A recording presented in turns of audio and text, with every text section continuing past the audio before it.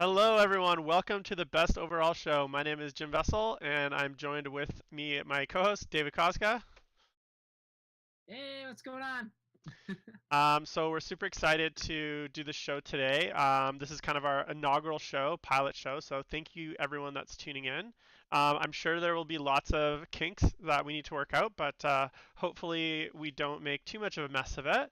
Um, so I just wanted to kind of talk a little bit about, just kind of go through and introduce ourselves, talk a little bit about the show. So what is the Best Overall Show? So why did we start it? So um, the Best Overall Show is basically a show.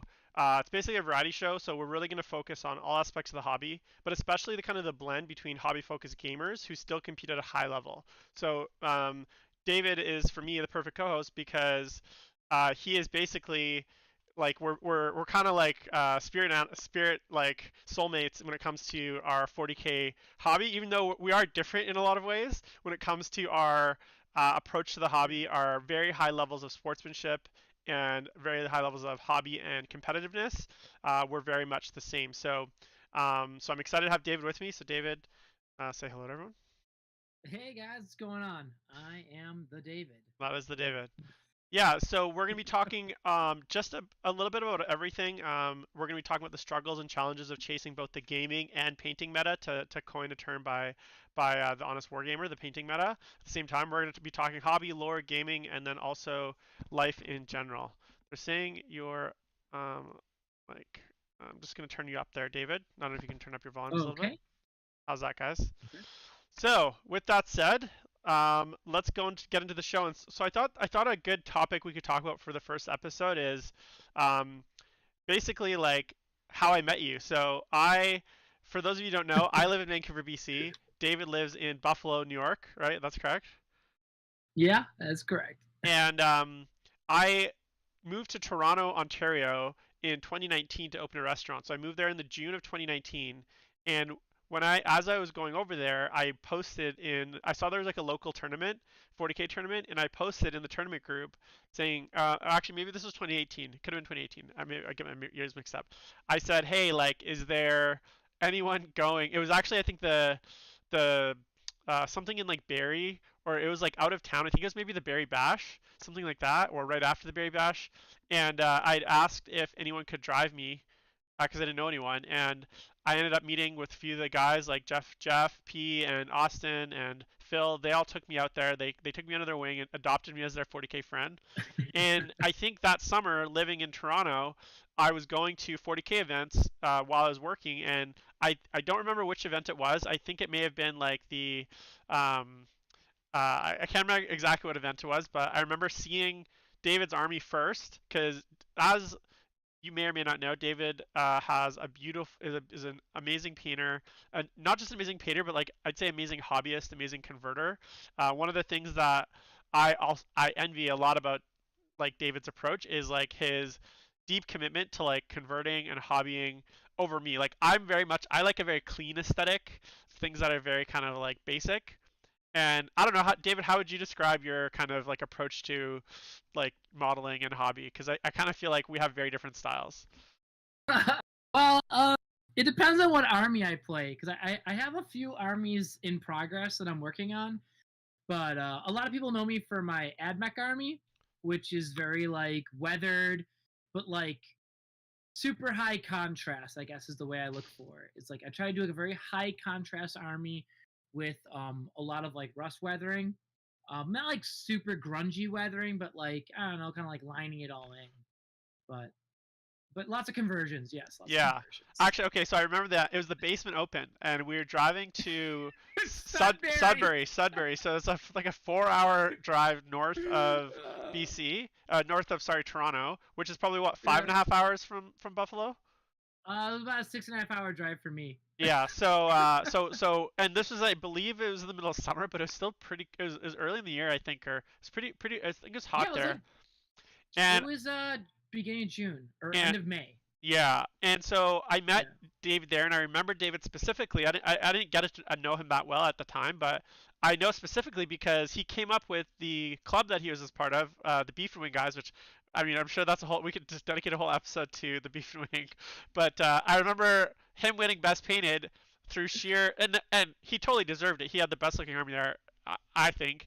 But I know he ended up I usually end up competing top 3 best painted, and I remember David winning best painted, and he had quite a few clubmates which I'm sure voted for him.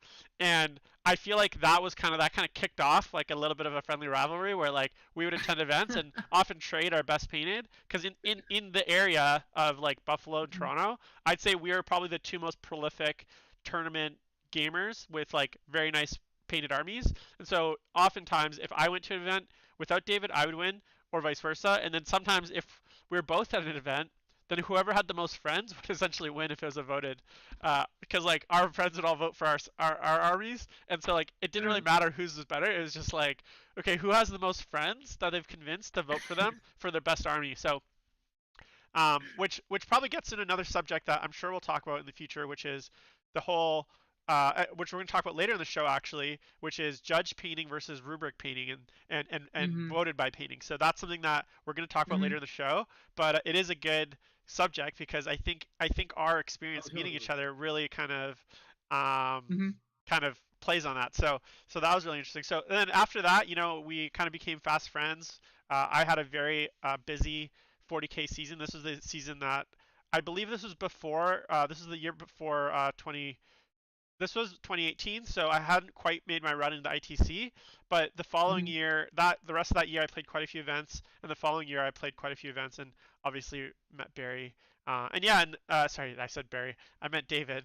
So I saw David at a lot of those events. So that was really exciting as well. So yeah, I don't know. I just remember meeting you, Yeah. David, for the first time, and this is something that is unique, very different from that. David will attest to this. I'm a person that can paint nowhere except my desk.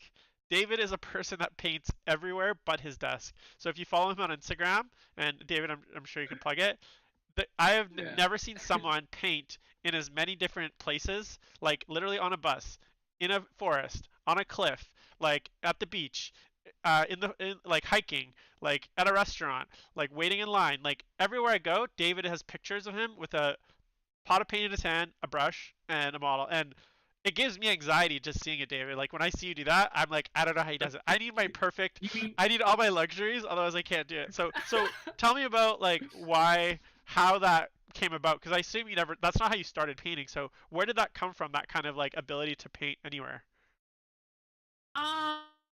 It's more like I was never really home.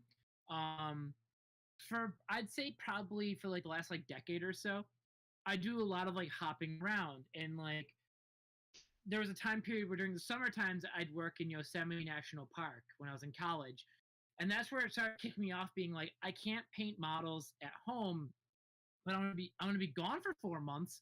What do I do? I'm gonna be out in the middle of a national park. Like, what can I do? So I would bring like, I'd probably bring like 20 paints, 10 models, and just get them up to like the level of what I could do with those 20 paints.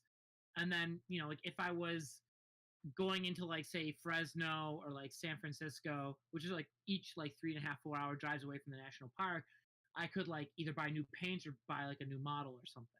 But usually, like I used to try to bring, enough models and enough paints to keep myself occupied during an allotted period of time. Right. And since because I travel for like work, or I travel for like climbing trips or hiking trips or for Warhammer tournaments, I always bring enough paints or models just to keep me occupied, because I I don't like looking at my phone often when Right. I'm like out and about. Yeah. So it's just a really interesting thing. So if you see Dave, it's like very likely that he has a model in his hand. So Dave, I haven't seen you since maybe I can't remember, maybe the Canhammer team tournament. I can't remember if you were there. That was last February. In 20. LVO was the So last time we okay. hung out. Oh yeah. So LVO 2020 was the last time I saw you. So that'd been over a year ago since we've actually seen each Yeah. other. So what have you been up to in the last like year? Uh, like briefly, obviously, because I'm sure that's a 2 hour Oh, conversation. that could be a saga to be told. But I'll get to the quick and easy way. I wasn't playing any Warhammer. Frankly, I've just started playing Ninth maybe about 3 months ago. I played like 2 games of Ninth during the summer and like during the fall, but um, we can get into context about like meta and like talking about list building. in the pandemic is also a great conversation to have in the future. But I didn't see it as being relevant for me because I was like, well, America doesn't have their shit together, so we're not going to probably have tournaments of 50 players or more until maybe like this coming fall or late summer. So I spent a lot of time hiking, climbing, a lot of time just converting. I definitely feel like I've pushed my own personal envelope with conversion projects, and I'm happy that I've had the time to do it. Sadly, though, like only I've gotten a lot of it painted because of tournaments are usually the great motivating factor for a lot of painters actually to get their stuff to completion. I'm one of those people. If I don't have a tournament, I'm probably not going to finish a project. Like, I Right. just don't. Yeah, it's funny because I after I think after Canhammer Team Tournament when I got home and everything was canceled. Um, Mm-hmm. thanks for the I don't know who that was, but thank you for the sub. For some reason my alert box is hidden. I'll fix that. So I was in a very similar situation because um, I basically didn't play any games for Mm-hmm. the longest time, right? So um, Yeah.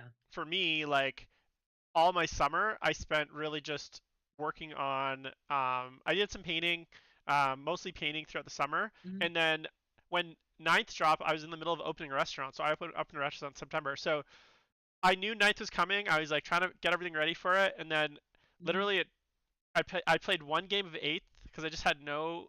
My last game of eighth actually was a game I played with Play on Tabletop guys. Um, that was recorded against JT, and then that was in like I think June, and that was like their last game of eighth edition that they ever did.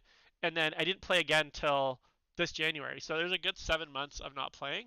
And after ninth dropped, I was just so busy I didn't even have time to play a game. I like briefly read the rulebook, so I've also been in a situation where I haven't played any games literally till Mm-hmm. January, and only because I started playing TTS a little bit because the WTC team I'm on apparently supposedly was pressuring me to start playing TTS, and I was the last holdout. Everyone else was playing, and I was just like the hobbyist inside of me was like, this is wrong. This is not what I want to be doing. I want to be playing with models, but the competitive side of me is like, got to do it, right? So obviously I'm Yeah. playing now both real life games and TTS here and there, and I'm in Canada, so we can't actually even go to the border, cross the border to play in events in the States. Everything's been shut down, no events.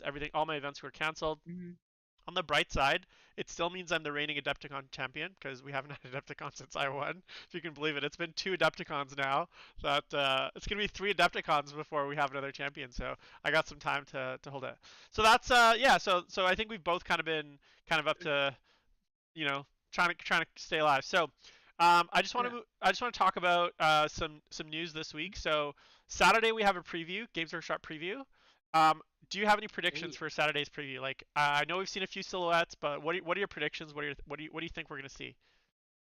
Well, as an AdMech player, I am really excited because I've been playing AdMech since the book's first release ever, back in like the sixth edition, seventh edition. The Skitari Codex that came out, yeah. So y'all that didn't play before ninth, Skitari and AdMech had their own separate codexes, and one of the most frustrating things about the Skitari Codex is it didn't have an HQ choice. And this reveal I think is going to have a Skitari HQ choice, which is like I am ecstatic about because I love Skitari. Like I love Tech Guard. Like super excited about this release. Any other kind of what's your kind of like give me like one wild prediction that like is pretty far fetched, but you think could happen. The easy prediction is probably it's gonna have a lieutenant like aura like reroll to wound. No, I Whoa, I I mean like as it's far probably as gonna get that. sorry, I guess I mean as far as reveals. Like I know we're gonna get AdMech, right? They've already previewed like Oh yeah, yeah. literally the silhouette is like an AdMech guy. Do you think that's gonna be Okay. for like an actual ad? Because and so I've seen in the wild so as the codexes are getting released, they're updating the Yeah. box art for Yeah. various armies, and so the AdMech boxes have started to get updated. They've been in the Yes, wild, they so have. that's an indicator that Mm-hmm. that's probably going to be the next codex after Dark Eldar. So Yep. as far as new models though, they just got a big release with all the weird Engine dog war. Yeah. horses and like flying. flying helicopter eagle things and like Birdman. Like, so they just got a big update. So Yeah. do you think they're just gonna get a few characters here, or do you think this is gonna be another big splash release? Honestly, I feel like they're more so gearing up for a big Sisters of Battle release. Yeah, I think that's more so. I think we're gonna get the Nurgle treatment. Like we might get like a terrain feature and like an HQ character, and then they're just gonna be like wash their hands of it. And I'm fine by that because AdMech for Engine War we got so many amazing units. We have 7 new units for the Codex. 7 that's in Engine War, which is yeah. wild. It's funny because I feel like the AdMech book is almost as big of a mess as the Demon book, where there's like units scattered across like 6 different books. There's like Oh 13 yeah, different erratas. There's yeah, units profiles that have changed over the years, even though it's the same unit. They've added wounds. They've done this, done oh that. yeah, So like I feel like both those books probably need like a full re-release rewrite. Um, oh yeah. and then we also started seeing some Dark Eldar rules this week, a little bit of a drip. So from what you've seen, if you've seen them, what do you think so far of the Yeah. Dark Eldar rules? Um, I'm intrigued to see why Power from Pain is now an invul save and not a Feel No Pain. Mm. I'm intrigued to see why that happened because I mean, like Witches already had a 6-up invul save built into them or 4-up, a 4-up in melee.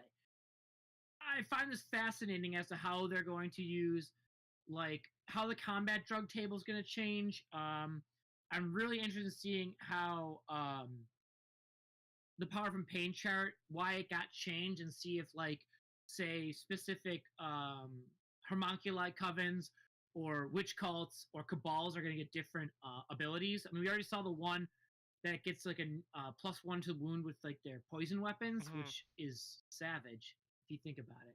Yeah, Just, I mean, damage to splinter cannons. Blah, that is gross. yeah. I've heard from I may or may not know someone that like gets books early for review, and I may or may not have heard that the rules are very good. Yeah. I'm actually happy that they're moving away. It seems like in general they're moving away from Feel No Pains. I think Mm-hmm. I think a big kind of bit of feedback maybe we saw from 8th edition was there's too many rerolls, dice rolls, additional rolls.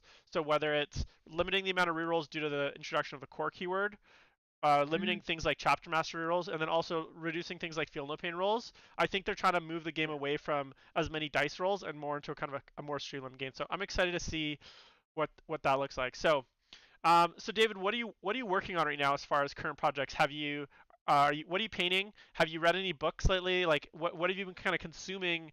All things GW, all things Warhammer. Oh, dude, I'm in a constant stream of consumption. Like, so if you guys don't know, not only do I play 40k, but I also play Horus Heresy quite a lot. Um, Before this past month, I played more Horus Heresy than I played 40k in the last year. Wow, I've Um, never played a single game yeah, of 30k. I only like the dude. models. Uh, Uh,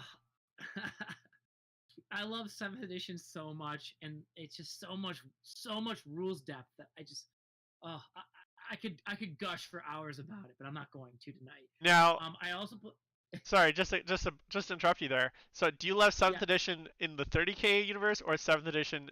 Because from what I understand, 30k seventh edition is a lot different than seventh edition 40k. Seventh edition 40k it's I hear is like slightly different. a nightmare like wrapped in a like a just hell basically with like the amount of rules blow and kind of just craziness. And I think a lot of players were very happy to see it kind of ejected into the sun. So when you say you love seventh edition, are you just saying like within the context of 30k, or do you actually really miss the seventh edition rules for 40k as well?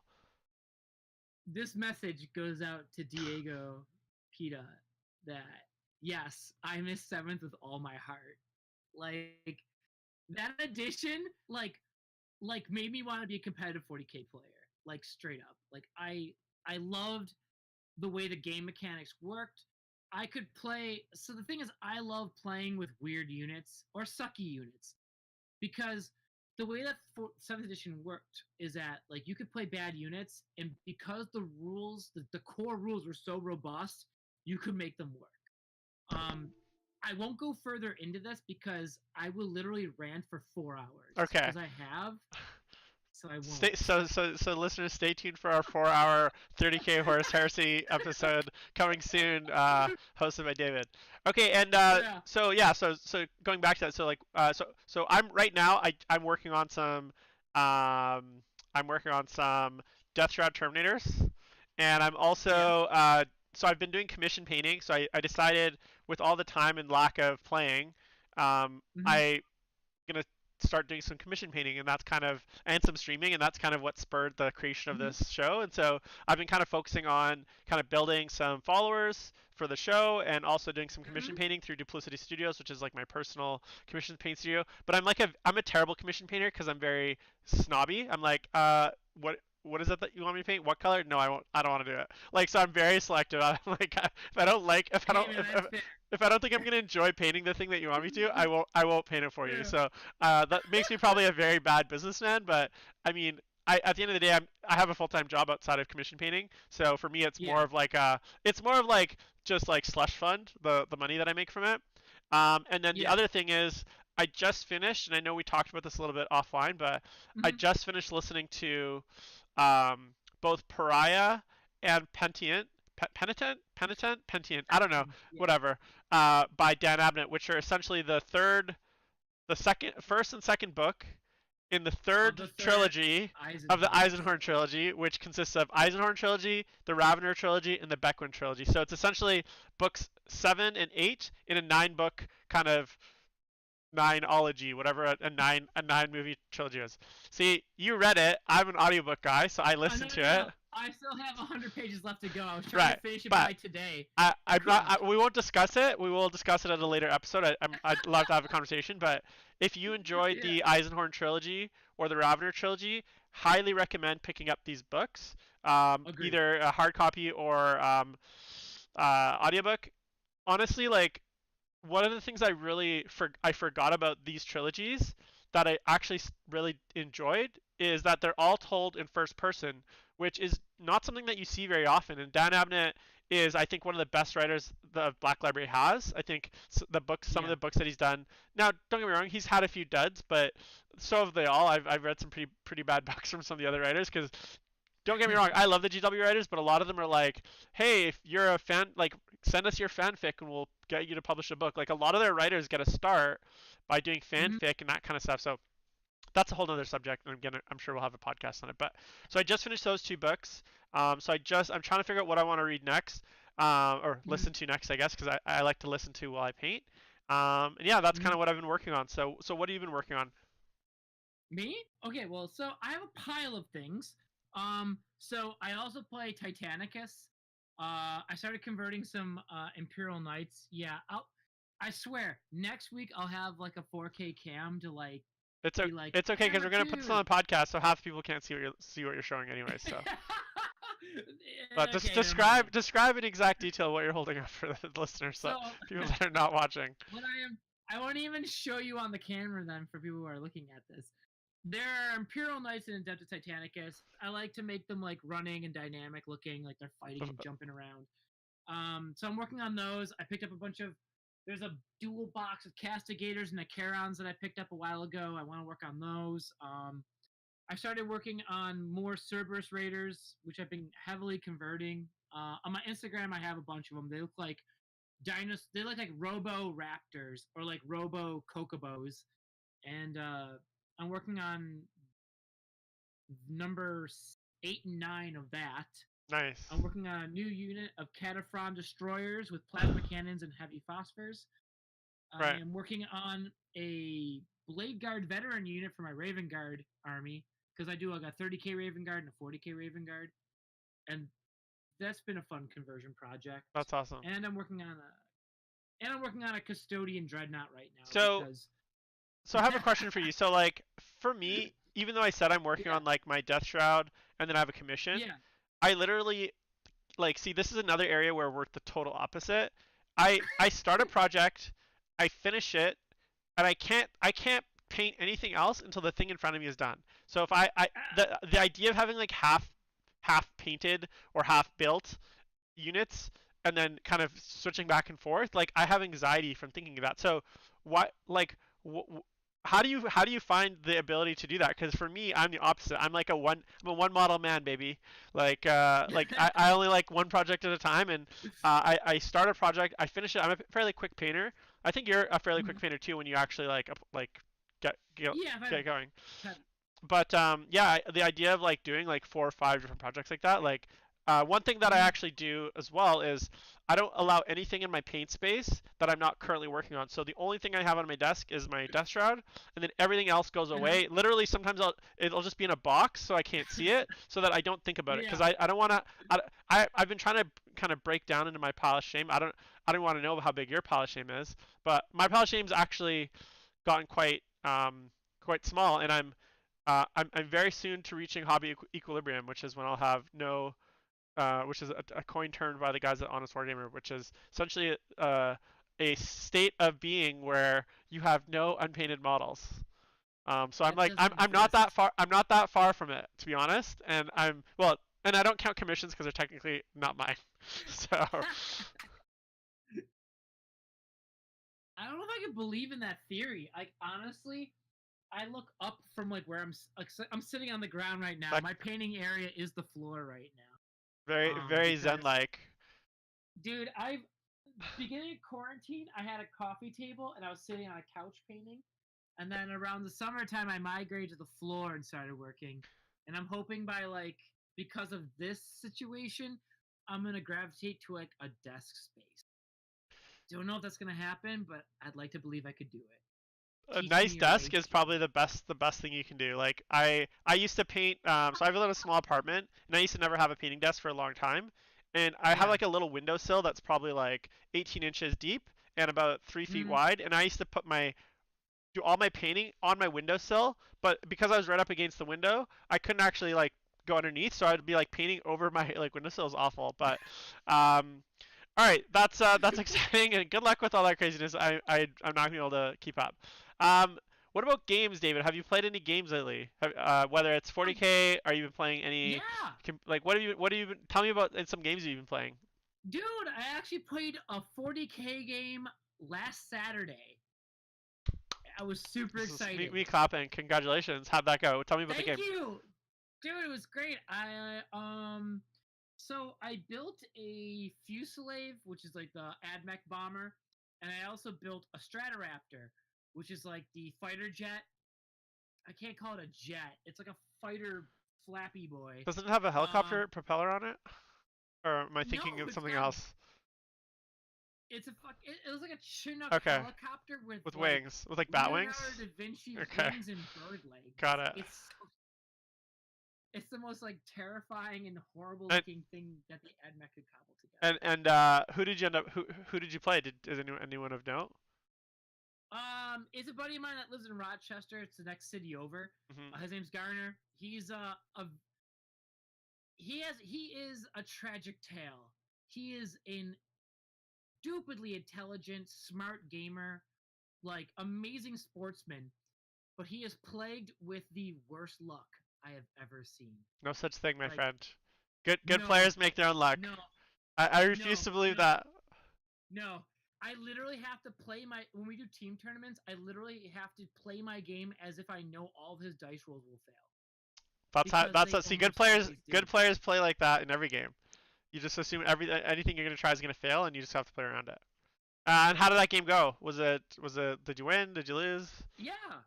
By turn, the one thing I'm learning about ninth edition is for most of my games, once turn three hits, like when turn three ends, like in my opinion, like the writing's on the wall. Like you know where the game's going. Like I don't know about you, but that's how I feel about the game. Hmm. Like once turn three ends, you're like, there's only two turns left. Like how much can the game actually swing?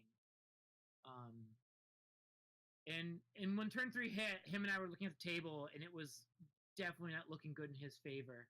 Um, he was running a double death company bomb, and turn one, he didn't know that I could desperately break out with a vehicle, so I did, and then I like shot the one death company unit off the board completely. So okay, so funny. So I've probably played now probably maybe a dozen games of ninth, and I'm aware of like a lot of the stratagems, but like I'm still learning like how to use them and how people use them in a high competitive setting. So that Yeah. actually screwed me over because I was playing. So I've been playing an event called Greek Hammer. It's a TTS event. So TTS for Yeah. those that are listening is a tabletop simulator. It's like basically Warhammer Online, like not Yeah. Warhammer Online the game, but Warhammer 40K. But you play it on a tabletop simulated. And in my second game against the Aussies, I thought I was like super smart. I like charged in these cultists. I charged in my poxwalkers. I wrapped this rhino, and I know you can fall back units. Um, and then I get to basically like swing against you. There's like a strat that lets me swing against you, right? And if I roll like I think a 6, I get a mortal wound. So I know you can fall back from combat. You can just drive Mhm. over stuff or escape stuff. There's no like you can pass through other models now. Like there's a rule. So I'd like wrapped Mhm. two different, or so I wrapped this rhino in a way, and then I'd also used like the droning, which is a death guard contagion that halves its movement, and I like wrapped in a way so that like even if it tried to fall back, it physically couldn't get that far because I I put so much thought into this move. And then he's like, okay, I'm gonna desperate breakout. I was like, you can't get away. He's like, yeah, but if I can't get away, the model just dies. And so he just let his rhino. So my whole plan was based on the fact that I was going to trap this rhino, and it was going to prevent the poxwalkers getting a shot, and then I was going to cloud of flies my turn, like some models behind it, and it was going to be amazing. But what happened Yeah. was he's like, oh, I'm going to desperate breakout, and I'm like, yeah, but you can't actually get out because you can only go 6 inches, and you're Yeah. bracketed, so you can only go 3 inches because of the droning, and so you can't actually escape my. There's nowhere you can move where you're out of combat. He's like, yeah, but if I use a stratagem and I can't physically get out, the model just dies. And he's like, it's a rhino, so I don't care that it died. So he let the rhino die, and then all my poxwalkers got shot, and I was like, oh, okay. So that was like the first time I had seen someone use Desperate Breakout, and I was like, man, Yeah. they made wrapping so difficult in ninth edition. This is the first time I've really seen the effects of how hard it is to wrap Yeah. models, and I was like, oh Oh yeah. man, like that's. And I don't know if I love it. Like, I don't know. For me, as a Chaos player that played a very janky move army in 8th, I really enjoyed the like the technical aspects of like movement, and obviously coming being an old fantasy player, movement is like where in my head I feel like um Yeah. I'm strongest. Like the movement phase is like planning out moves, being very precise, moving models. And I feel like with ninth edition, it's less about precise movement, but it's more about just kind of general movement. It's like, is your unit here or is it here? It's less about like where is each individual model, how exactly are you piling in? And there is still a little bit of that, like don't get me wrong. Yeah. But I just feel like it's definitely not to the same level because Mhm. and it's a lot more restrictive. Obviously, with like the coherency rules, they're a lot tighter, which caught Yeah. me in my other game that I played last week, which was against the Germans. So, where you're playing the Germans round 3, I pulled a very nasty Raven Guard Ultramarines list that is fully, like basically fully infiltrates almost with like Vanguard veterans and 3 Invictors and Oh shit. infiltrators. And Mhm. I rolled a 6 to go for. I was like, if I go first, I think I win this game. If I go second, it's like 50-50. And I ended up rolling a 6 to go first. He rolled a 6. Rolled a 4. He rolled a 6. So he goes first. I didn't have an awful like first turn. I had done every like I deployed I think almost perfect, like I don't say almost perfectly, but I deployed very well Yeah. in a way to stop him from actually Mhm. coming in. So he actually ended up playing defensively, but unfortunately the mission we played mission 13 from the Strike Force, the GT pack. Um, Yeah. if you start on the objectives, which he was able to do with his whole army, you can move them off them and you still hold the objective when mission 13 of Oh. the. So he basically started on every objective except one, and then just moved Yeah. his whole army backwards off into cover. And my army's death guard, so I can't get to the objectives fast enough. Scrambled at So him. like literally turn one, he's got 5 objectives and I've got Yeah. 0, right? Like so he gets 15 to Yeah. 0 turn one, and then from there it was like I literally like rolled my advances, couldn't get there fast enough, didn't make it. But I was like, no, normally that wouldn't be the end of the world because he'd be in a similar situation, and maybe he'd get like Yeah. 10, 5, 5. He'd get like 5 to 0 or 10 to 0. But because of the fact that I couldn't get on there, it was like 15 to 0, and then I failed like a 6 inch charge like twice. Like my, I Yeah. would say that like honestly, like if I replayed that game. And then all the 8th edition habits came back. So sure enough, my coherency got really loose. Like at one point I like looked at my Terminators and like I had to kill 3 of them because I had a unit of 8 Slaaneshi Terminators and like 3 of them were like only next to one model, so they died. I went to cast a spell, go to another Psyker, and then go back to the original Psyker and realized I couldn't do that, so I like missed out on 3 spell casts in one phase. Just because again my 8th edition brain is just like, "Grr." So ended up losing that Yeah. game pretty bad. Oh yeah, and then I ended up basically cheating the whole game. So I took Spread the Sickness, played the game, and then got 9 points for it. But then realized after the game that I can only take Spread the Sickness if I'm pure Death Guard. So I told my opponent, I was like, hey, I screwed up. This is what I just realized I can't actually take the secondary. So we took the 0 for that secondary, and so that went from like a 17-3 loss to a 19-1 loss. So that was not good. So Oof. I let the team down a little bit, but yeah, it was a fun game. The Germans are hilarious. Like they're so serious, and apparently they've been playing like I don't know if it's true or not, but the guy that I played is apparently playing. He's been playing 2 games a week on TTS since the pandemic started, and literally that was like my 8th game of TTS. Like my TTS is like, and then like my 10th game of 9th edition ever, right? So it's like Yeah. the like amount of like, and you know like obviously there's some like 8th edition like whatever, but like Oh yeah. my 8th edition brain is just not working. So that was kind of Never. my I hear games you. my games last week. So Yeah. all right, so one of the things that we're going to be doing on this show, because it's the best overall show, we're going to be focusing on all aspects of the hobby. And one of the things that we're going to do is we always want to have a little bit of lore and background talk.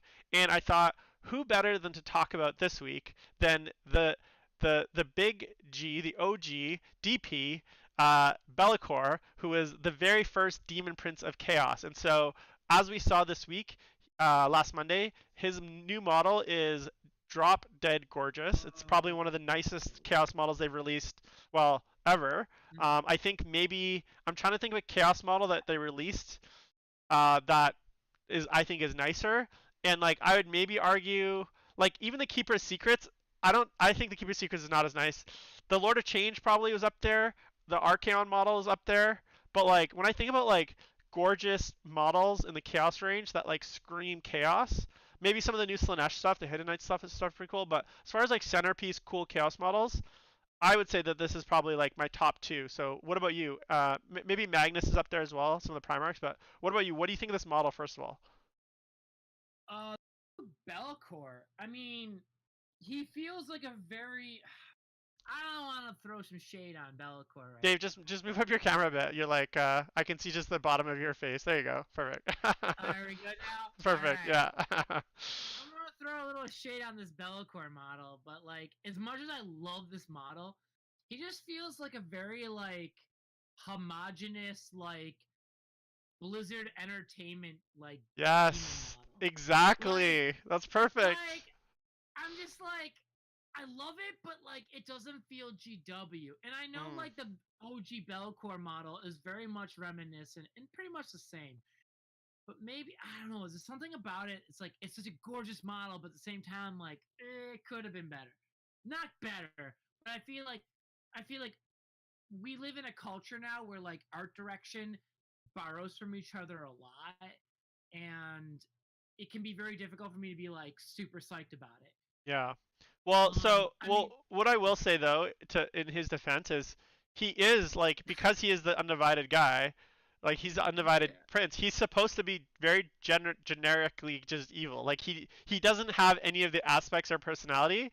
And when I saw him, I'm like, I am painting 2 of them. I'm gonna paint one probably like undivided, and I'm painting one just like Diablo. I'm gonna take off his wings, and I'm gonna paint like a on foot demon prince without wings, like Diablo paint scheme. Like so, when you said Blizzard, I was like, yeah, exactly. Like he looks like yeah, Diablo but with wings. Like I love him. I think he's a gorgeous model, and there's something about the aesthetic of just like that, like kind of yeah, that generic demon, and he kind of reminds me of the Runestorm demons from 30K a little bit. Like he's got that kind of like anatomy, I guess, in a little bit. So yeah. okay, Like those rigid plates. Yeah.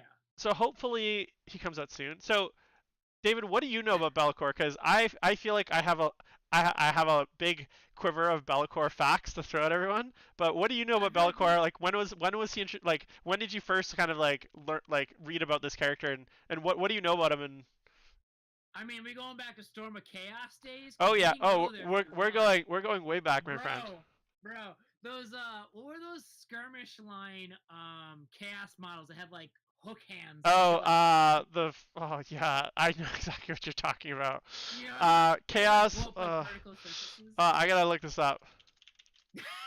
I gotta. So while he's okay, so anyways, I've known Bellicor for a very long time because I wanted to build a Middenheim army back during the Storm of Chaos. Was Storm Chaos? No. Flarekin, that's what they're called.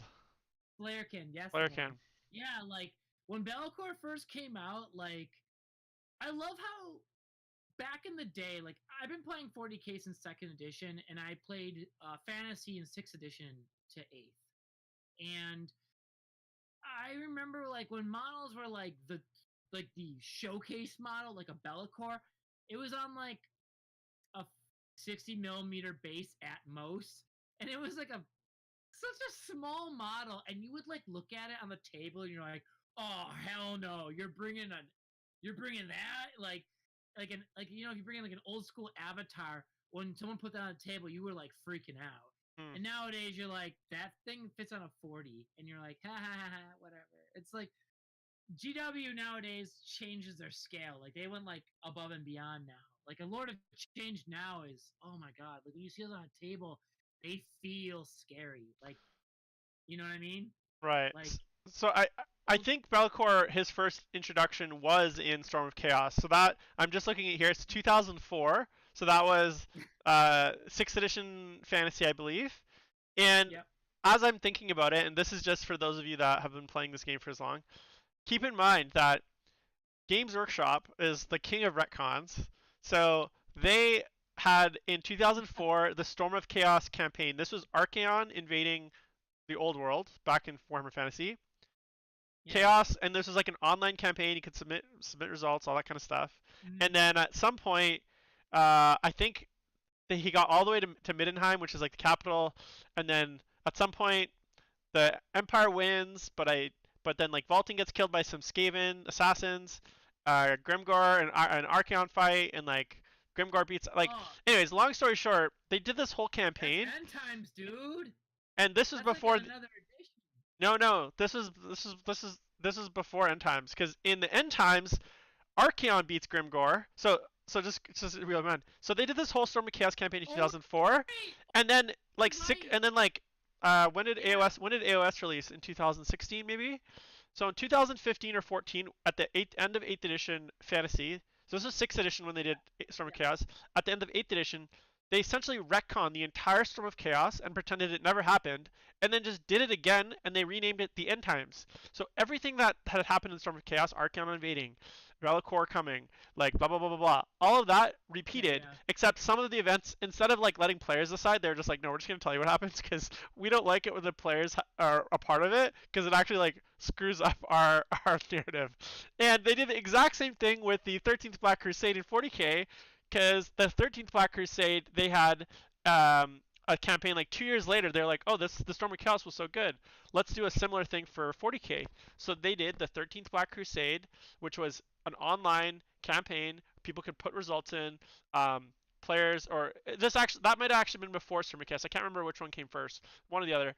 And then 10 years, and then right before 8th edition 40k, they did the whole thing again. They're like, oh, this is now the 13th Black Crusade, the one that we did like 12 years ago. Like, forget about that. So I just wanted to bring that. I mean, that's not the topic of our thing, but GW has retcon two global campaigns, and the retcon is just, let's just do it again. Yeah. So I just think that's really funny. Dude, the first GW actual like big like international like player based like fluff creation was the War of Armageddon. That was third edition, and it was like, and like I love it because in the 13th Black Crusade, Chaos was murdering everyone. Like if you went on the website, like Chaos murdered everyone. Because I do remember, so the Chaos, and now we're getting a bit sidetracked, but so I'll just say one last thing and then we'll talk about Bellicor a bit more. So Chaos, Good. there was like a council of the Everchosen. Basically a lot of the Chaos players had organized online in like some forums, and we had coordinated, because I was playing at the time, we had coordinated where to report our wins, and we had figured out the like algorithm and like the math behind how like control of territories change. And so there was like a very concentrated presence by the Chaos players on the internet to essentially report wins every night on certain planets, even if people weren't playing games, because I definitely didn't play all the games that I reported. And then Whoa. because of that, it would switch planets to control into chaos, and it would push the campaign forward. And the chaos players were super organized, but the Imperium players were just like not organized, and so the chaos players ended up basically they should have won, but then of course like everything they got stopped last minute. So let's talk Bellicor for a sec. So first Demon Prince of Chaos, introduced in the Storm of Chaos campaign. Um, Obviously had a full metal model. Did you ever own the original Bellicor model? No, I don't play Chaos, dude. Yeah. So I I'm an never Imperium. I never owned him either because I just thought like he was just a ridiculous model. Um, but one of the unique things about this model is he's kind of like the herald of Chaos Champions in both 40k and in Fantasy. So sorry, I keep saying Fantasy, guys. I'm an old Fantasy player, so I'm gonna call AOS Fantasy for sure. So in both It is AOS fancy. Fantasy and in 40k, he's kind of a herald of Champions of Yeah. Chaos. So he kind of crowns or basically whichever champion of chaos has currently got all the favor of the gods, he kind of goes and Mm-hmm. like crowns them and kind of gives them kind of the blessing and the throws the Mm-hmm. unholy water on them and gives them kind of pep talk and says, all right, you got the wishes, off you go. What do you think of the fact that he's this like kind of dual universe character?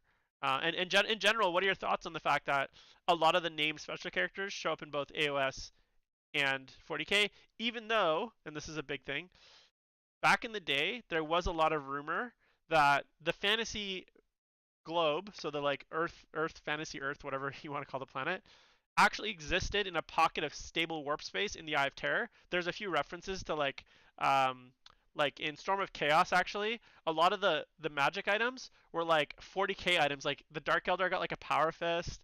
The Lizardman got like a Melt-A-Gun. Like it wasn't called a Melt-A-Gun, but it's essentially 40k tech that had like shown up through this like warp portal. So what do you think of that whole thing back then when so back then it kind of felt like it was one universe. Now it seems like they've really separated the two worlds. Like AOS is its own thing with Immortal Realms, whatever, and 40k has the Yeah. warp. But like obviously the demons still kind of travel between them. So what do you think of that, just as Yeah. in general? Well, so back in the not Storm of Chaos, but End Times, there's a fluff piece about when like Morthai, yeah, she gets like tossed in like a warp portal, or is it Malekith? I forget who it was. Was it Morthai or Malekith? They get thrown to like a giant portal when Ulthwan gets like swallowed up by the ocean in that Right. giant portal, So that's and then it's in end times, right? Because that didn't yeah, happen in in End Times. Stormcast. Yeah, yeah. Okay, so like in this fluff piece, there's like this moment where like one of the high elf characters like ends up in like this other dimension and he runs into Drago. I do think I remember he's in like Garden Nurgle or something like that, right? Yeah, He's like fighting demons, something. something along those lines. Yeah, I think, and I'm but just like, hell yeah. yeah. I'm so sorry. I'm So I'm all about like cross world pollination.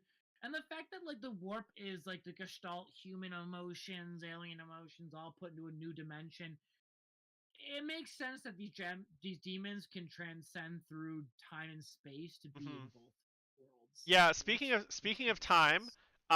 there was a really cool book featuring Be'lakor called by Rob Sanders called Archaon, Lord of Chaos. And Mm-hmm. there's also a sequel called Archaon Everchosen, or maybe I can't remember which one's which, but it's basically a two-book series called Archaon Everchosen, Mm-hmm. Archaon Lord of Chaos, and it follows. So it starts with basically Archaon as like a Templar, so he used to be a Templar, and it shows his like basically rise to Archaonhood, right? So like championhood. But the first book focuses on a lot of it focuses on his life as a child, his life as a Templar. And Mm-hmm. one of the really things I love about Be'lakor, so Be'lakor features very heavily in this novel. One of the cool things I like about him is he actually does in I'm gonna spoil this book because it's I think it's 12 years old at this point. So if you guys haven't read it, but a really cool part of the book is that he's basically Archaon's baby daddy. So he actually alters the course of events to create Archaon through like traveling through time, and then Archaon actually gets killed multiple times, but Be'lakor keeps going back into the past because he sees in the future that Archaon's going to be his plan all along was basically to get Archaon kind of juiced up and then take over his body. So his shadow essence take over Archeon's body, and then become basically the champion of chaos again. So he was trying to like find a loophole into the like back into the champion of chaos in the favor of the gods. And so his goal, so his plan in those books is he actually basically engineers Archeon's birth and fall and all that kind of stuff. But then throughout the book, literally it's almost like those choose your own adventures, you know, when like you read a choose your own adventure and the character and you die, but then it's like go back to page 13.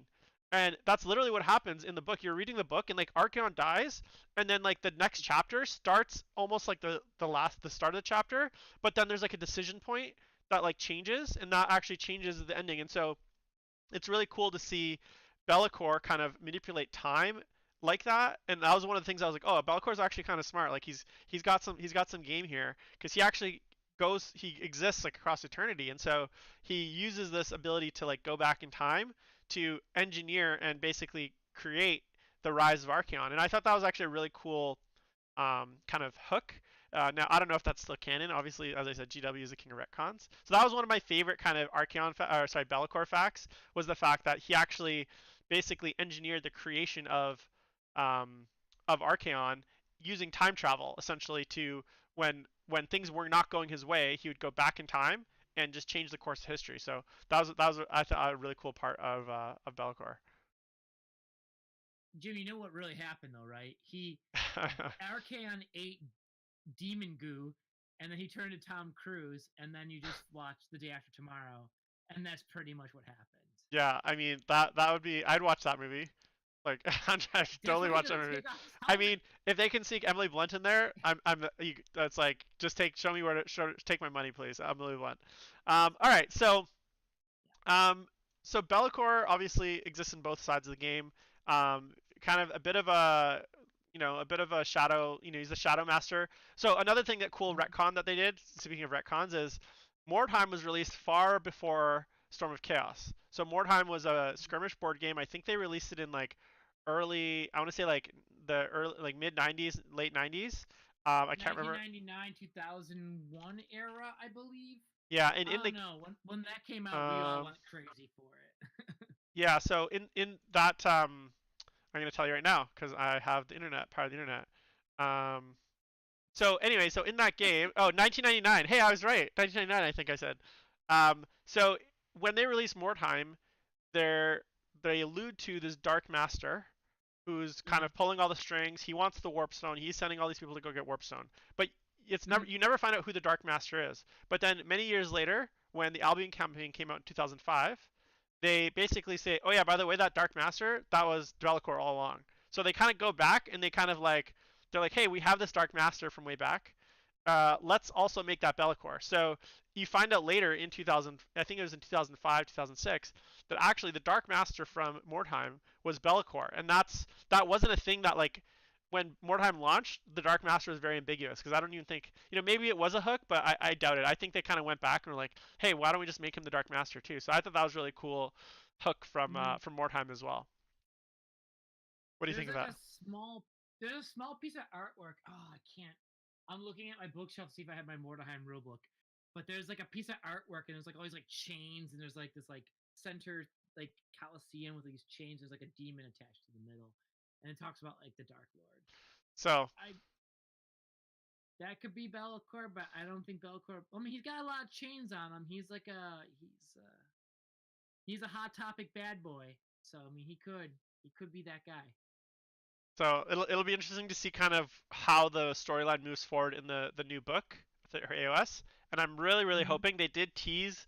They said supplement for 40K, which for me in my head means a like a Warzone book, like these awful additional Warzone books that they're making. But a codex is also a supplement. It literally says codex supplement, so could actually just be a codex that we get for 40K. Yeah. So I'm really hoping that they push them forward.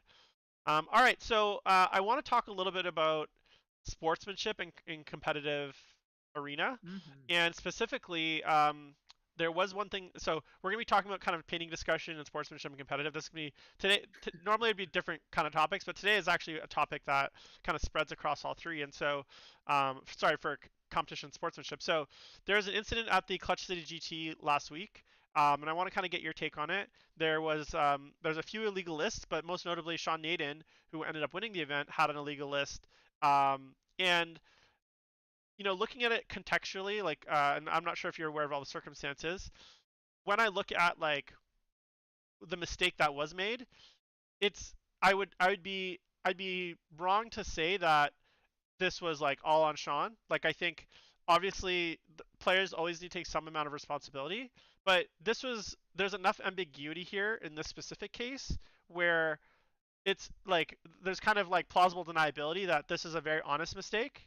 And I guess my question to you is, and just so you guys know, like specifics, and I'm sure it's been relitigated on some other podcasts, but essentially Sean ran a list, mixed Eldar list, where he had 3 units of one Razorwing Phlox, but the minimum unit size is 3. So you're only allowed, you have to have a minimum of 3 per unit, but he ran 3 units of one. And the reason he thought he could do that is because in both the Games Workshop app and in the power level chart, the minimum unit size it indicates that the minimum unit size is 1, but in the actual like points chart and in the actual like in another point in the app it says it's 3 to 9. So there's multiple like there's multiple areas where there's incorrect data or ambiguous data or poorly worded data that could lead someone to make this mistake. And someone asked me the other day, they're like, "Oh, do you think Sean did it intentionally?" I'm like, "Absolutely not." And the reason is, look, if you're a player that no one's heard of, that is not going to win an event, and you have like I bet you there was other illegal lists at that event, but the players that ran them and that fielded them were like nobody's that no one's heard of, and no one even bothers looking at their lists because no one cares what you know Joe Blow Smith is running at the GT if they've never heard of him. Every single person Yeah. that knows Sean Nading is going to go to an event, or Nick Nanavati, or John Lennon, or any of the other guys that are, or David Koszka, what what happens is people immediately go and read their lists, and so those guys have an Yeah. extra big microscope on them, especially their lists that they run to events. Like they're gonna have multiple people reading their lists, spreading their list. They set the meta. Those guys set the meta with their lists, and so if you're trying to No, convince me, Sean Aiden so if should you're be trying to convince me considered that Sean knowingly knew that this list was illegal, knew that he'd probably have a big chance of winning the event, knowingly took an illegal list, and then hoped that no one would catch it, like that's the story you're trying to like. That is totally absurd. Like not only do I don't think Sean Aiden is a cheater, I don't think that like I think it's a totally honest mistake. And anyone that thinks that Sean Aiden would try to run an illegal list and think that he could get away with it is on a smoking something or living on a different planet, because this is like he knows how how well people are like how strongly people are going to be like looking at his list. And I know that too when I go to an event, and like Nick knows that, and John knows that, and Richard Siegler knows that, and any of the other guys that are regularly in the top 5, their lists get like scrutinized and spread and put in forums and like discussed ad nauseum. And so for people to kind of say that, oh, it was an illegal list and he knew it and he tried to get away with it, I don't buy it. So putting that aside, the question I have for you, David, and I don't know if you have any Yeah. thoughts on that, but putting that aside, the question I have for you, David, is Yeah. in these situations where post event, so that's one thing if it's like before the event or during a game, but now the event is Yeah. over. 48 hours Yeah. later, it's discovered, hey, Sean has an illegal list. What do you think the remedy is? So what do you think the right remedy is both for the player and what do you think the right remedy is for the TO? Because I think those are two separate issues. And Yeah. I'm curious as to kind of what your thoughts are. So the funny thing is that on Saturday after my 40K game, my buddy Garner and I went out for drinks, and we talked a lot about this actually, about the idea of an individual who has been discovered for having an illegal list. And my buddy Garner said, like, when I have this problem, I go and if I'm at the event, I would tell the TO to be like, flip my score from win to loss because I made a mistake. If it's afterwards, we thought to ourselves, you know what? The best you can do is say, if you're that person, ask the TO or ask ITC to disqualify you from that, Right. because it's more of like your 40K.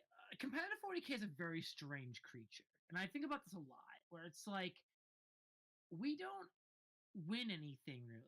Like we get bragging rights, you get your lists like talked about on like podcasts, and people on the internet think you're like cheating somehow when you're not. all you win is more stress. That's all you get from being a top table 40K player, unless you have like a Patreon. Mm. Like, all you get from winning Stay events tuned for is that. No, I'm more kidding. stress. What's that? I said stay tuned for that, and I said no kidding. We're never gonna do a Patreon. No. Trust me.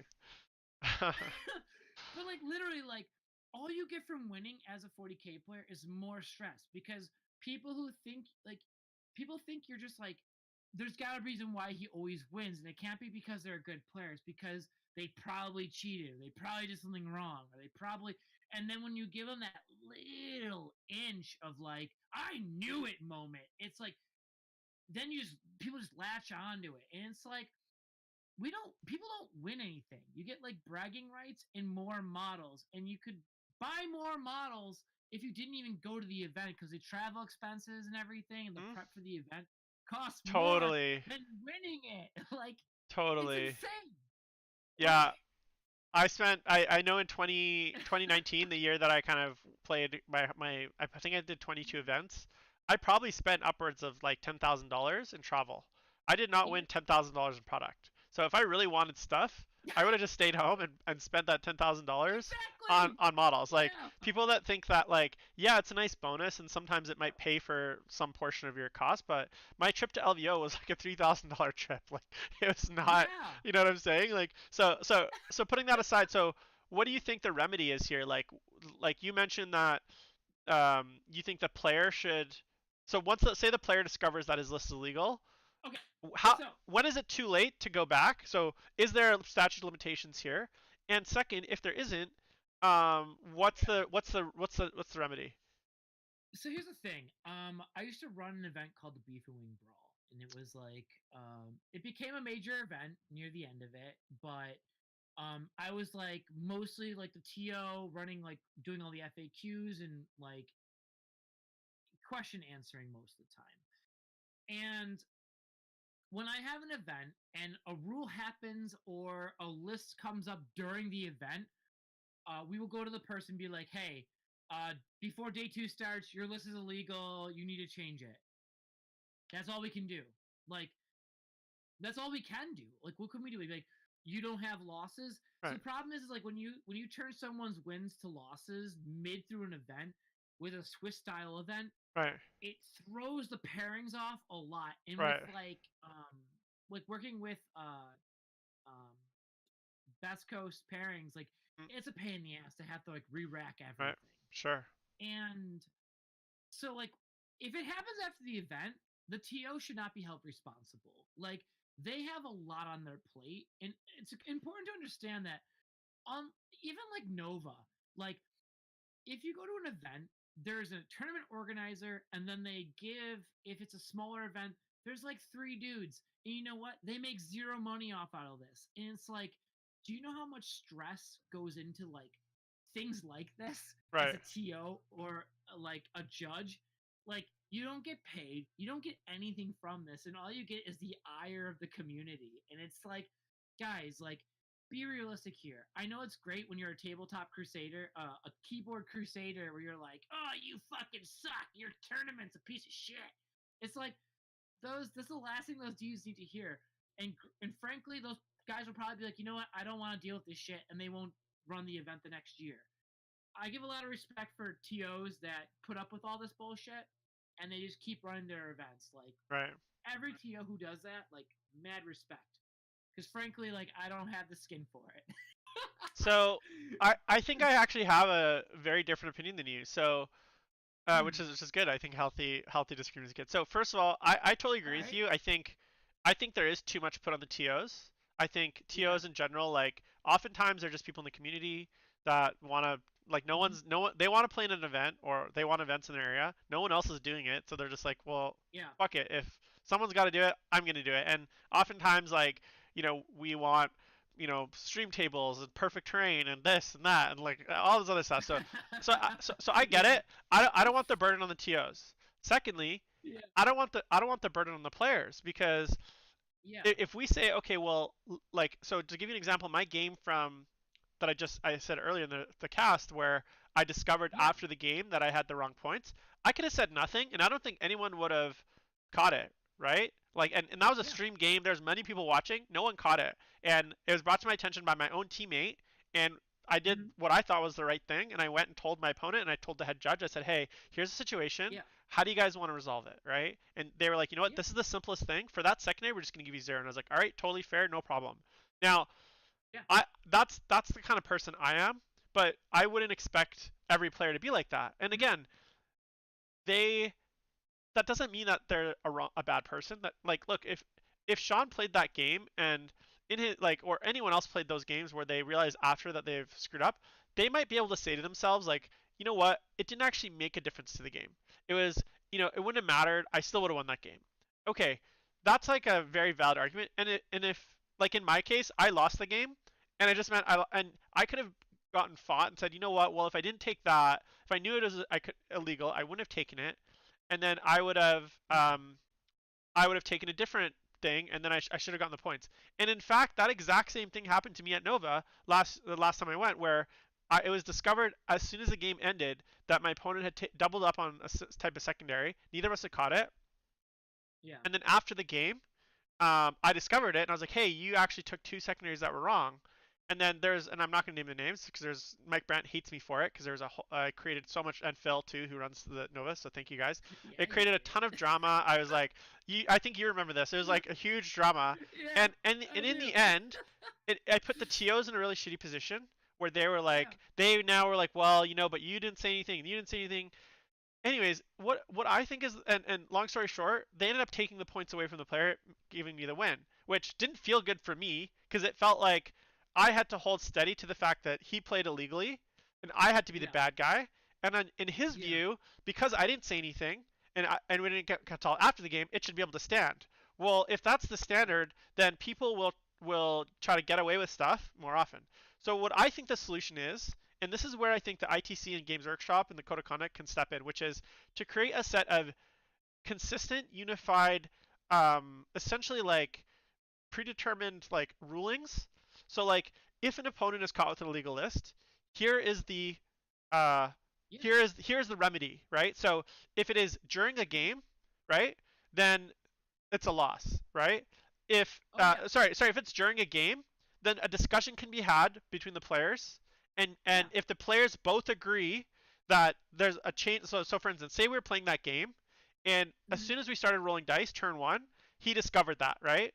At that point, Hmm. if he had been like, "Do you mind if I change?" I didn't realize. I'd been like, "Sure, no problem." So we would have come to an agreement, and he could have Yeah. changed it. Now, if he had gone 6 turns playing that game, and at the end he was like, Hmm. "Hey, by the way, I realize it's legal. Do you mind if I change it?" Well, at that point it's too late. So I would have said so now. So I think the one remedy is if it's during the game, if both players agree that it is able to be kind of remedied, then Uh-huh. remedy it. If the either player disagrees, so if the other guy says no, I don't think it can be remedied, then it doesn't matter. Yeah. The other player loses the game or loses that secondary. They just get 0 on it, right? If it's a secondary, for instance.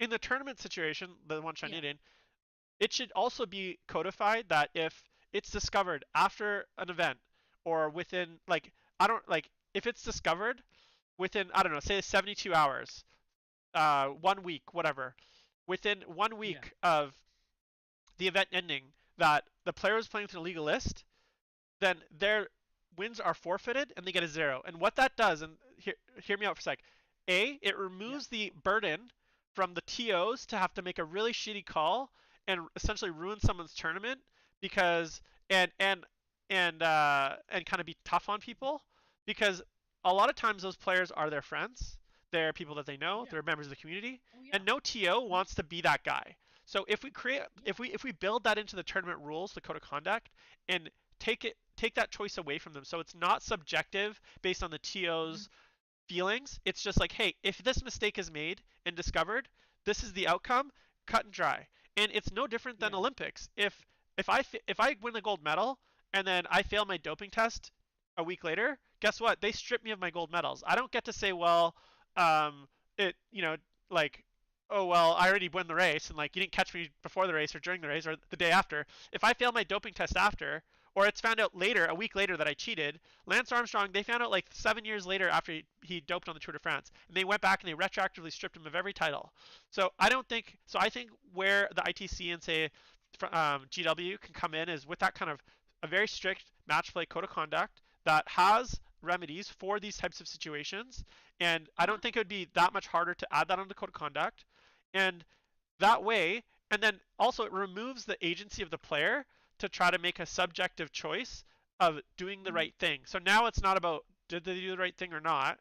It's like, no, you made a mistake. It's your screw up. That sucks. I'm sorry, man. Like, I feel bad for you that you made that mistake, Yeah.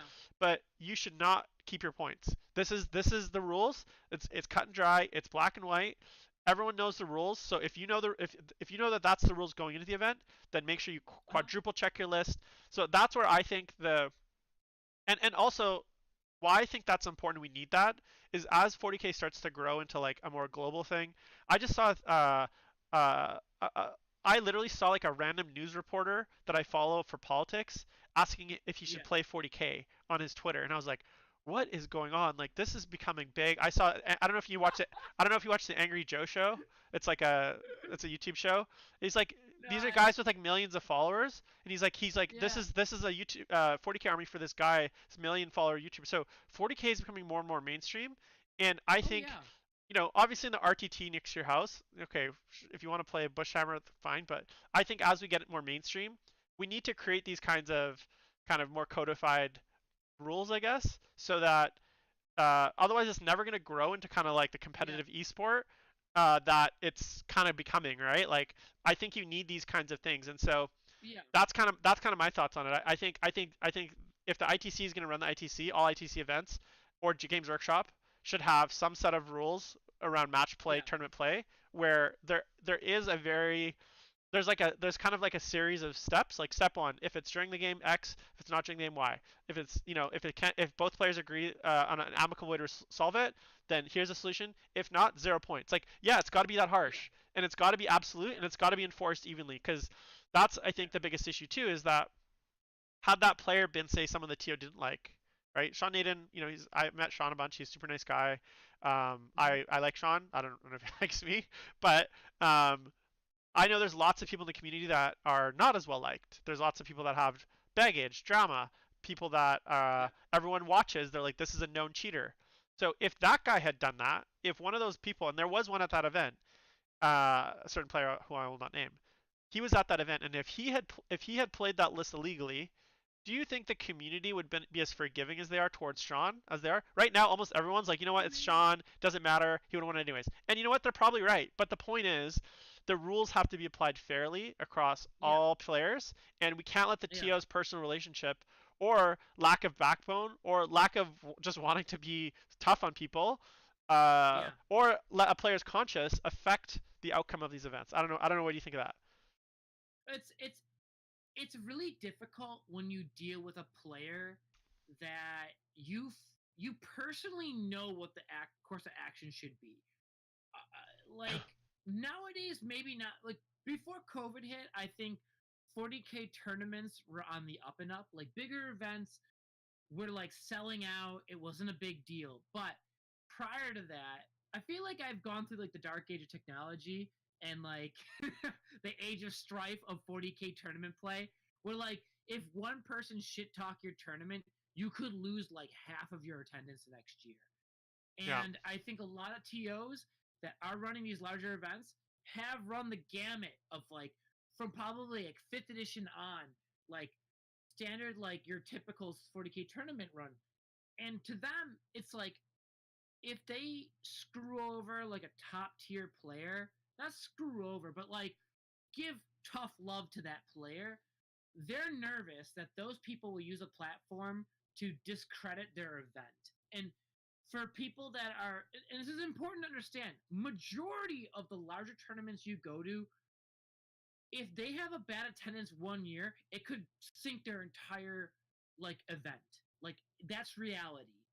Like the 1 year our event, we didn't get 100 players, and we were like pulling it out of our own personal funds of our club to be like, what are we gonna do next year? Like we paid it off, and now we gotta pay for a deposit for a hotel and Absolutely. tables and rentals. It's like you could either, and from those people's turn of state of mind, it's like you can either address it and have the possibility of half of your attendance not showing up because one player who is well known more than you guys are to be like, that event sucked, they suck, don't go, and people being like, he's right, as opposed to that being like, we'll just turn a blind eye, or we'll deal with it like under the table. Like Right. there's so much more that goes on. But in this circumstance, because this is caught so after the event, the TO, I don't think they're held responsible, and I think if this is up to Sean to make a statement and say to himself, "I won't take any more points. I'll win 7 GTs later on this year," which he probably will because he is an amazing Yeah, player. and look, You like the know, the TOs did put out a statement, and it was I thought it was a they did, fairly yeah, weak statement. Like it was like, well, yeah, but it was ambiguous. And here's the thing: in this specific case, I actually think there is an argument that it is ambiguous enough that it's like it's kind of like, okay, well, whose fault is this anyways? And we're going to talk a whole episode about the Games Workshop app. That's an upcoming topic, and kind of what's going on there. But yeah, I do think there is a bit of responsibility to spread around here. Sean is at fault in some sense. The GW yeah, and the app is at fault in some sense. The TO is yeah, not at fault for making the illegal list, but due to the outcome. So I think it's a difficult situation, and but I think to your point, I think what creating that kind of embedding those kinds of things into the code of conduct does is it removes the ickiness of having to make those calls because it's just done for you. yeah. It just automates it, and then that way there's no Oh feel yeah, badsies, there's no personal thing. It's not personal. It's not like yeah, I chose to apply it this way and didn't. And then yeah. and then also like it creates a framework for other TOs who are going to run into these situations in the future. Because look, you've run events before. I know I have buddies that have run lots of events. Mike Brandt's probably run many tournaments. They've run into these issues and they probably have a pretty good, like quiver of like tools to deal with them. But a lot of new Oh yeah, TOs, when they get in a situation like that, they're going to get bullied. They're not going to know how to deal with oh it. yeah. Maybe they're going to make a very Mm-hmm. wrong call and create all sorts of drama and controversy and make things worse. So what I Oh think it yeah, allows us the TOs to do is actually it helps them actually be better at running their tournaments and it helps them give them guidelines on, hey, you know what? I don't want to have to try to make this really difficult kind of complicated call. That's lots of subjectivity. Here's this guy yeah, that just tells me, hey, I just follow this flowchart and this is the outcome. And based on this flowchart, this is yeah. what's going to happen. Hey, that's it. We're going to follow that. Everyone knew that going in that these are the outcomes and circumstances of having legal lists, Oh yeah. cheating, etc., etc. So we're going to follow Mm-hmm. that, and that's just our tournament format, right? And look, in a lot of other computer games, Magic the Gathering, it's similar. You get literally banned for events. There's judges standing at every table, etc., etc. So I think so Yep. I think the solution's a lot simpler, but I just hope that I'm curious if like TOs will adopt it. And I think until we have like kind of a governing body in a sense, Yeah. for events, It that's has kind of to. we need our own IOC. Like we need our own like uh was it WADA, the World Anti-Doping Agency? We need our own WADA version of like 40K WADA, so to stop the cheaters and to kind of like Yeah. to dictate punishment. Well, So I think um it's really important to know that when ITC first came about, not first came about, but was like starting to get like integrated into like tournament play, there were a lot of TOs that refused to use ITC because in seventh edition, there were a lot of rules in seventh. There were a few rules in seventh edition that were like not fun, like invisibility as a spell sucked in seventh edition, and like strength D weapons sucked at range. They're just dumb. And ITC remedied those problems by kind of adding like extra rules. And this is like kind of like the Wild West of like when standard 40K started becoming tournament 40K started becoming standardized, and you started seeing that like, oh, like people would like there was an Adepticon FAQ for the 40K rulebook, there was a Nova FAQ for the 40K rulebook. But nowadays you see less and less of that happening, and when GW takes responsibility and creates standardization or FAQs that cover the problems that the community has, you will see a lot less people arguing or accepting them. And then that's right. very important. Because back in the day, ITC, oh my God, I used to go to tournaments in Pennsylvania a lot. and they refused to use ITC rules, even though they were far superior because they weren't GW officiated. And then like a month later, GW officiated ITC rules. Then they started using them like, and I was like, what? Why couldn't you do that like a month ago? It was like because the game producer didn't do it. So it was like a humongous deal that GW stepped in and played a part in this. And that's what Right. you're going to see in the future. Luckily, Mike Brandt is part of this procedure, and hopefully we'll see a change. Yeah, And you pretty know, fast. it was kind of crappy timing for him to kind of join GW as the events guy, like right before there's no events. I mean, thankfully, hopefully he's still working for them and he's still kind of brewing and putting together stuff, and I'm sure they're keeping him busy. But I'm excited to see, Yeah. you know, what he comes up with in the future. So David, we're just, I know we said we talk about rubric painting and judge painting, but I think we're gonna save that Yeah. for next week's show. So just because Sure, that we're works. kind of hitting the limit here. Um, Okay. so just to kind of close, any kind Mhm. of yeah, any kind of closing thoughts here on kind of you know, life and kind of the show in general, and kind of what are you most excited about talking about kind of moving forward? Uh, honestly, like I'm a person that doesn't stick to one direction. So like if we start talking, I'll just tangent and I rant a lot, as you can tell already.